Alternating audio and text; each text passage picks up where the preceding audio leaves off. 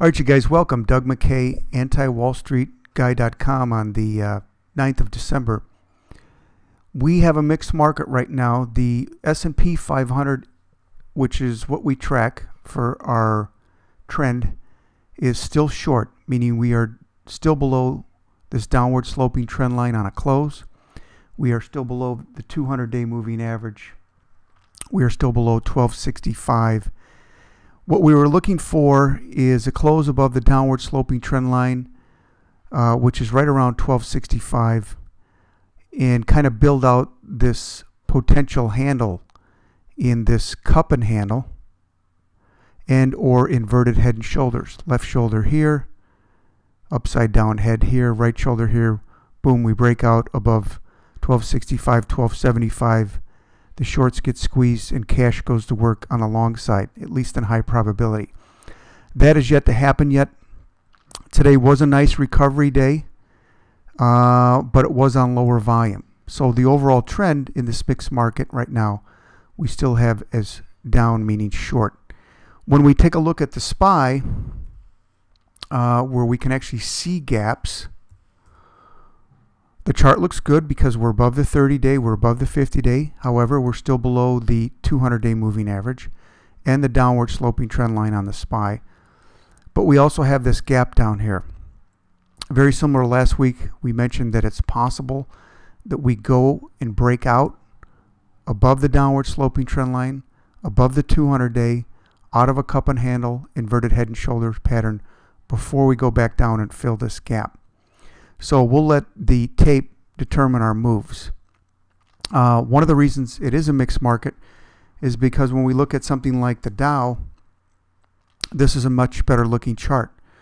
We have closed above the downward sloping trend line. We have held 12,000. Yesterday on one of the still charts, we put out a post that it was good yesterday that the Dow held 12,000. I think we closed at 11,998 yesterday, 997. So more often than not, as we mentioned, a stock, a indice, the chart will come back down and retest its most recent breakout area. If it holds it, more often than not, it will pop. That area was 12,000. That's why the Dow to me looks more encouraging, because it did hold support. It is above the 20, the 30, the 50, and the 200-day moving average and the downward sloping trend line. Ideally, we'd want to see it close above 12,250. But having said that, we did ease in selectively in this mixed market into the diamonds today, into the managed accounts, DIA. Because of this gap here, we would definitely want to see the lows that were put in yesterday, Thursday, hold. If they don't hold, we will either exit, thinking that if we do go down, it's probably going to fill this gap, or we will hedge it 1-for-1. Where would we get long again? Above this line, okay, above the line. So the Dow looks good, the S&P, the NAS, not so good. Let's take a look at the NASDAQ.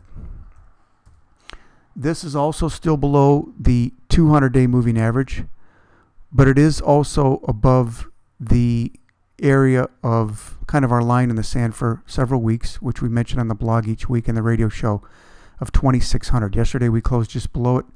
Today we're above it. Again, we would want to be watching this downward sloping trend line and the 200-day moving average on the NASDAQ. One of our hedges, which worked out yesterday well, which gave back today, was the long treasuries. I still like this position as a hedge, either against our long positions or helping us when the market drops, in the event that we cut loose our long positions if there was a sustained drop in equities. The reason I like this is not only are we above the 50-day moving average, but this actually held up very well during the big move we had last week of, almost 500 points in the Dow. This held up well. Where would we exit this? Probably we would maybe hold on to it to about 103.42 in that range, which for our purposes is less than 1% from where we purchased it. So we'll keep an eye on this. One of the positions we added today, even though the broad market trend is still down, there are individual stocks that look good. again, this is why it's a mixed market for us. The way we see it is Nike, lower volume today in the indexes, but higher volume today on Nike. Again, a very nice head and shoulders, basing inverted head and shoulders, and or cup and handle pattern, where we've been in this trading range. We're above the 50-day moving average. We're above the 200-day moving average. We had nice volume today, and we cleared these highs in here. Basically, let's get an exact high intraday of 97.50 on the 30th of November, and then also 97.49 on the 5th of December. All right, so we do like this chart. We would be concerned if we took out yesterday's low. We would be out if we took out the 50-day moving average on Nike. We also put a position on earlier in the week. I think our first position in the managed accounts this week was General Mills. We like this because it broke out of a base, not a highly volatile stock. So we did like this. Not a big mover today, but nonetheless, it's still holding its breakout area of 39.90. And with the big move down yesterday, it held up very well. All right. When we look at a couple other ones we had on the blog lately, Caterpillar, again, we could go back down and fill this gap in its entirety. We did not yesterday. We really want to see it close above the line. One chart that we do like, in addition to Nike and General Mills, is Verizon. Very similar to the Dow, where the Dow breakout was 12,000. The breakout here was roughly 37.80. Came back down, tested it yesterday, held it, popped today. Good move today. We do like this chart. We don't think it's too far extended. The only concern here would be this gap here. But otherwise, if you were to put this on, I would buy it and have your stop around 6% back. All right. Let's take a look at Exxon. Exxon, I like this chart. You know, it hasn't been a great week for crude, but nonetheless, this is a good looking chart, especially if we get a close above 82. My exit would be probably right around the 50-day, right around 78, if it didn't work. But this is a good looking chart on Exxon. And I don't know if we talked about the transports or not. We'll take a look at these again. Everybody likes to follow the IYT. Big down day yesterday on strong volume. Again, we do have this gap. This gap hasn't been filled in its entirety. It doesn't have to be before we move higher. But very similar to the S&P, I would want to see us clear 90. And then let's finish it up with gold.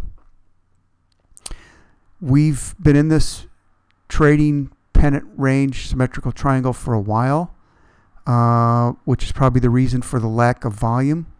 Very little interest as of late in the GLD compared to 2-3 months ago. But in any event, we would want to see it either break out of this to get long or break below it to get short. Right now we have no position in gold. For those individuals that want to be in gold, we are hedged 1-for-1 until we get out of this triangle pattern. And that's it, you guys. Again, as always, we'll start and finish with the S&P 500. Because we're below the 200-day moving average, because we haven't broken out of this cup and handle, because we are down below the downward sloping trend line, we still have the overall trend short. We are buying selective individual positions based on the chart. The diamonds look good. The Dow looks the best. If we get in trouble next week and the bears take control, we will exit the diamonds. All right, you guys, that's it. Doug McKay, antiwallstreetguy.com. As always, thanks for tuning in to the show and also to the blog. We'll see you next week.